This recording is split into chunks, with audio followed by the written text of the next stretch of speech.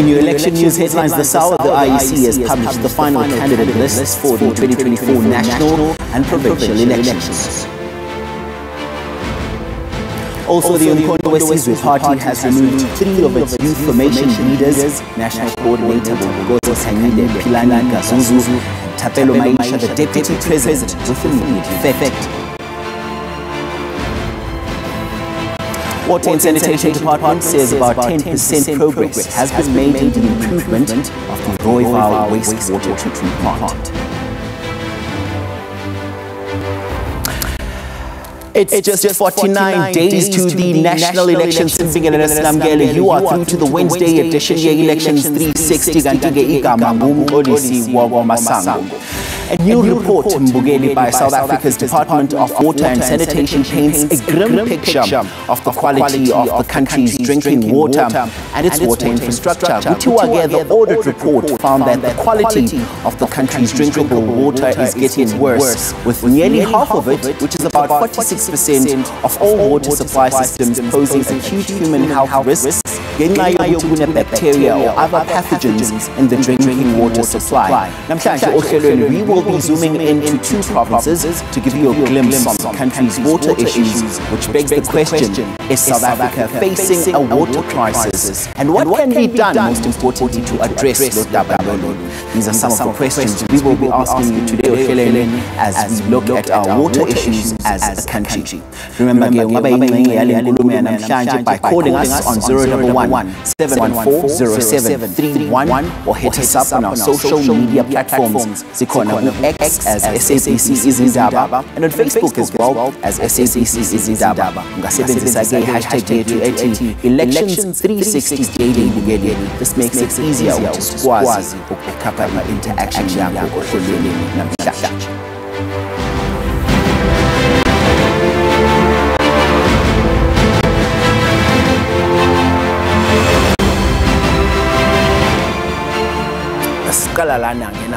So many areas in and around Gauteng have been experiencing water shortages.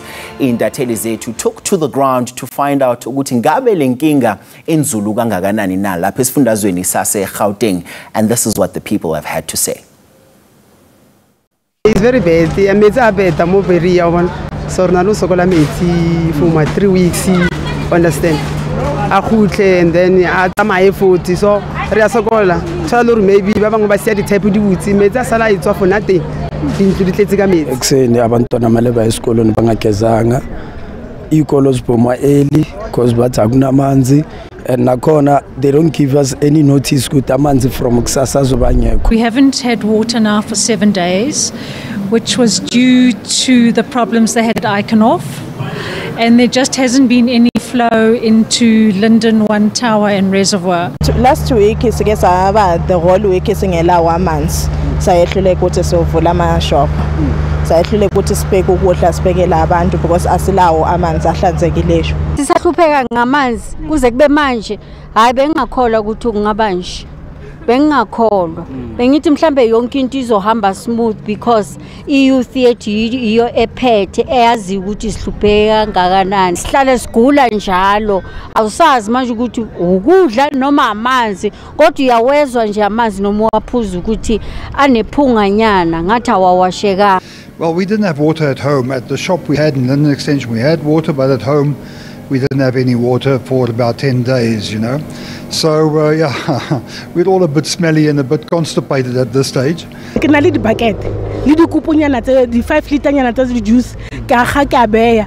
Now going on, Traka Haita, but to keep a bangat. When the meta were told. Mbugeli, the South African Human Rights Commission fears ukuthi a water supply disaster is looming in several parts of KwaZulu-Natal unless municipalities are forced to fix and maintain their dilapidated pipelines, pumps, and other crucial water supply infrastructure. eThekwini is no exception. Our reporter in KZN, Urene Henny, put together Lombigo for us. Communities, having gone days without any water or electricity, took to the streets. It's the only way, they said, to make their voices heard. When people are getting raped, when people are getting murdered, y'all are not coming. When this is happening, y'all fast to run to come and shoot at us and tear gas us. It's not right what y'all are doing. This water situation is going on for months and months and months. There's no solutions to it. Protests were widespread, affecting areas like Chaguba, where residents complained of having no water in their taps for 6 years. Even when we had funerals, we had to wait for water or fetch water from the river if the water tanker did not arrive. Some houses are not next to the road and you are forced to walk more than 5 kilometers to fetch water. The city largely put the blame for the water outages on the damage caused by the devastating floods in April 2022, but also pointed fingers at sabotage or vandalism of infrastructure. The National Department of Water and Sanitation, the municipality and the Umgeni Utikela Water Board released a lengthy statement in January this year outlining the efforts to address the water crisis in the city. The authorities in the statement said the main cause was a growing population which exceeded supply. The reason for the constant disruption of water supply to Verulam, Otongati and Phoenix was put down to damage to the old northern aqueduct, while commissioning of a new aqueduct was to begin in February this year. But the city failed to make its deadlines, this after visits and promises by the national minister. This modification work was not foreseen when the work was planned to be completed by the 15th of February 2024. And for that reason, we wish to sincerely apologize to the residents who are going to be impacted as a result of this work that has not been completed on time. And vandalism was also blamed, which the community dismissed as untrue. It's only when we raise this crisis, this humanitarian disaster in fact, that suddenly they want to procure equipment, suddenly they want to inspect valves, suddenly they are saying that valves are dysfunctional, suddenly there's a new thing now called vandalism. The city suffered a further setback with a recent unprotected strike which lasted for several weeks. The strike, accompanied by violence, intimidation and sabotage, led to the complete standstill of service delivery. Hospitals and clinics were affected, some were closed. City officials said striking workers caused at least 10 million rand in damage to infrastructure. The only long-term solution to the city's water problems is the planned 28 billion rand dam on the Umkomazi River, the first phase of which is set to be completed by 2030. But in the meantime, while the authorities work on their planned solutions, they've urged communities to use water sparingly, which some residents who continue to battle constant water outages might greet with scepticism. Renee Heine, SABC News, Durban. Mbugeli, so we further unpack the country's water crisis in Njengamanje. Via Zoom, we are joined by Benoit Leroy, who is the South African Water Chamber CEO, and the South African Local Government Association Chairperson in KwaZulu-Natal, Baba Utami Ntuli. It's great to have you gentlemen on the Elections 360 daily program. Thank you so much for your time. Thank you.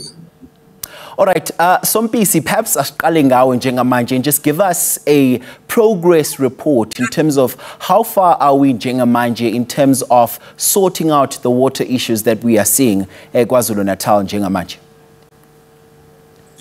Yeah, the problem is quite huge. The backlog, in fact, is unfortunate, which has been caused by various reasons. Amongst the fundamental issues is the aging of infrastructure and the failure by certain municipalities to repair and maintain the infrastructure, and the issue of the engineers who are not fit for the purpose. You will understand that the private sector will attract most of the highly qualified engineers. As a result, local government will struggle to have those who are fit for purpose. And also the issue of funding, which we have been lamenting about for quite a very long time as staff and the KwaZulu-Natal, that we are of the view that there is a necessity of introducing a special grant that will be given, not that will be held by national government, but which will be in fact given to municipalities that will address the issue of repairs and maintenance, especially on the aging infrastructure, and also the issue of a new infrastructure, because in the province of KwaZulu-Natal, the problems are not only around the issue of where the infrastructure is there, but is not functioning well. But we still have communities who are getting water from the river, who do not have an infrastructure at all. The problem of water, or the water crisis, is in different, in fact, ways in the province of KwaZulu-Natal, especially in the rural areas, where the people are the ones who are affected most because of the backlog in terms of the infrastructural investment. Yeah, and I'm actually going to want us to circle Lombuzo a bit later on in the program. But Mr. Leroy, let's just go back to somewhat our poll question for today. Do you think that we are facing a potential water crisis, or we are within this water crisis as it is right now? Hello to you and viewers and my colleagues. Yeah, I think we actually passed a crisis. It's actually a catastrophe that's unfolding, but it's unlike electricity, although the root causes are very similar. As our colleagues been saying, is that it's a slow onset disaster, we call it, because electrons are on and off. Water isn't on and off. And so I think we way past that. And if you look at what happened in Hlamvana, is we actually polluted the water with the failed sewage works where hundreds of millions were spent, and the project didn't succeed. It failed, and we resulted in poisoning and rendering people sick. And the plant today, the minister was there, and all of a sudden we can see, not much has been done.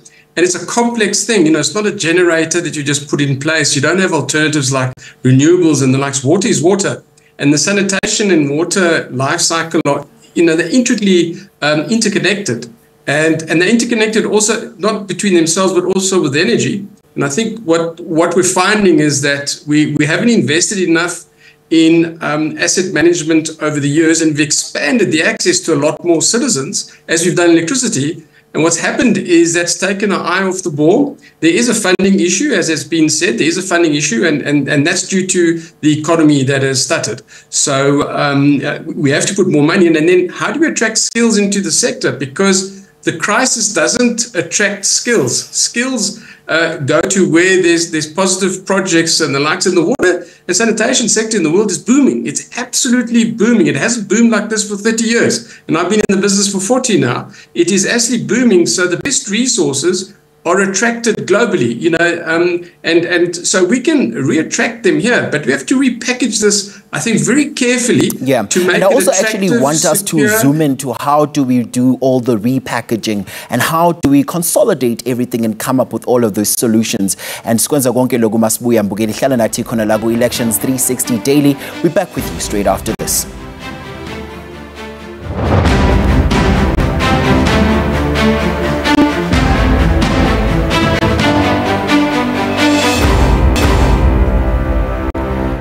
Usahlezi nathi khona la ku Elections 360 Daily kungaphambili SABC 1 Mzansi for sure. Mzansi, thank you so much for choosing us as your source of information njengamanje as we build up to the elections. And we continue again ngenkulumo yethu around the water issues that we're currently facing njengamanje la eMzansi Africa. And Mr. Leroy, I'm going to give you an opportunity to just conclude your thoughts on some of the issues that we're currently facing insofar as water is concerned in the country.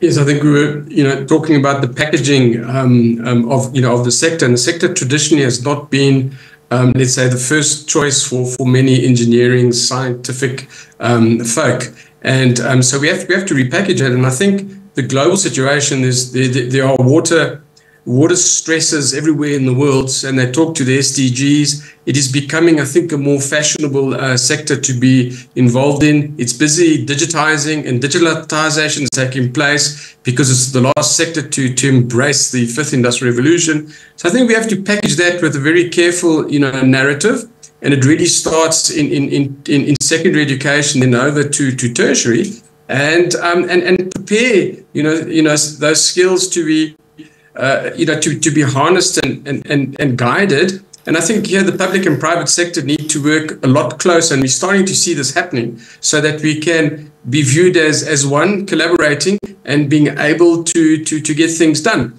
And I think the most important part is we have to convert these talk shops to workshops. And I know I've been on this for a while on the workshops. but we have to start showing that we're putting pegs in the ground and we are making headway. And it's not a technology issue. The technology is here, and the technology there's nothing really new. It's just being repackaged differently. And with digital tools, we're able to do things a lot quicker. So, there's a lot of things that would take us 5-7 years to plan. We can do in 2 to 3 years now. So we do have technology on our side. And, there's no big players in the water and sanitation industry left in South Africa because of a lack of work. And we have to change that round.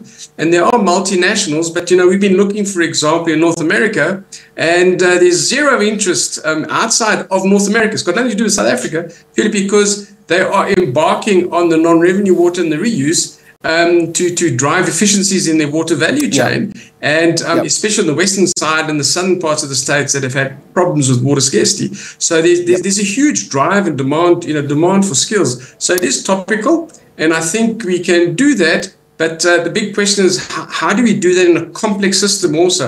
We need to simplify our architecture, so we should have reserve to tap. And also, this is why I also want to also bring in as well Mr. Ntuli into the conversation. And I think greater with what Mr. Leroy has just said, Njengamanje, Mr. Ntuli, I want just to quickly find out from you, Uguti.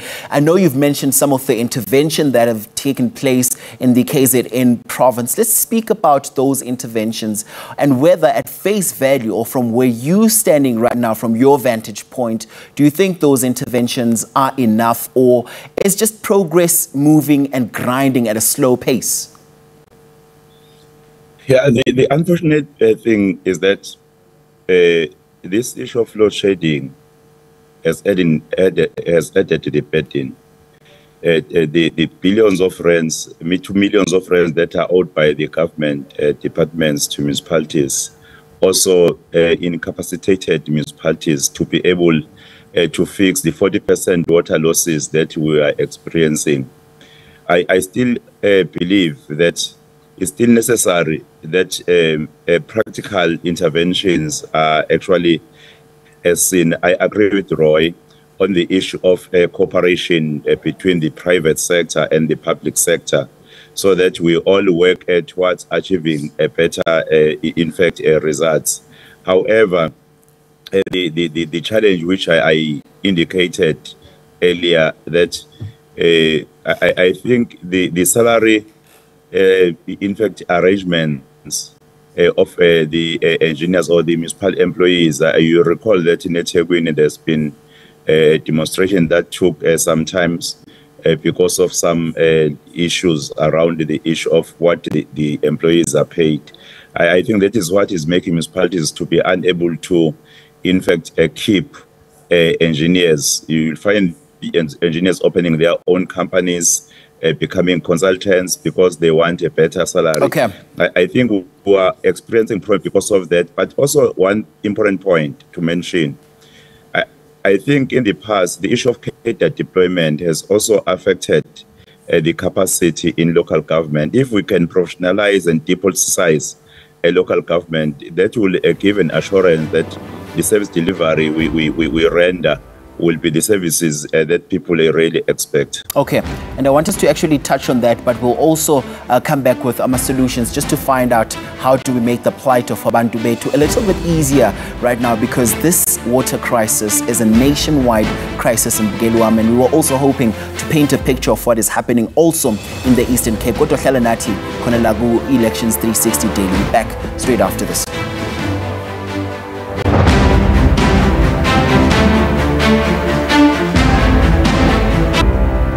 Sahleli nathi khona la ku Elections 360 Daily. Mbukelo uyazi ke ukuthi uhlelo lakho leli, so your voice and your say counts khona la uhlelweni. Let's touch base with your interaction enkundleni zethu zokuxhumana, and let's take it to Facebook. So unathi uthi yonke indawo sihlushwa amanzi kubi ezweni. Okajama says eMzumbe asinayo inkinga yamanzi, inkinga ye-infrastructure engenziwa i-maintenance bese kuba sengathi ayashoda. Masters Maphumulo says kwanongoma ku Ward 18 asazi nokuthi ngikhuluma ngani ngoba asiwazi noma akhona noma awekho, sizakhela emfuleni nawo oshayo futhi. Yo. Fiso Ena says, first of all, ama-infrastructure wonke agugile awavuselelwa kuma-pump station like reservoirs and pipes. Idliwa imali nje kungcono yazi kube kuthiwa yiyo imvula engekho kodwa sothini abantu bazovota futhi again kahle kahle bekumele bakhishwe. Sibonge kakhulu ke for your interaction einkundleni zethu zokuxhumana. And just to take it back to our guests njengamanje, Mr. Leroy, we basically have a minute to wrap this conversation up. Can I ask you to please be brief and just give us your solutions as we wrap up the show?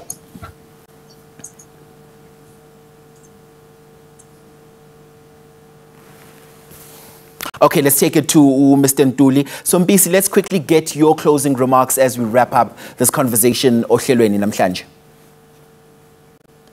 Well, I'm of the view that we need to address the issue of illegal connections. We also need to ensure that the funding for repairs and maintenance is attended to, and the issue of getting closer to the practices in municipalities so that good governance will be realized, so that there will be no wrongdoings when there are projects.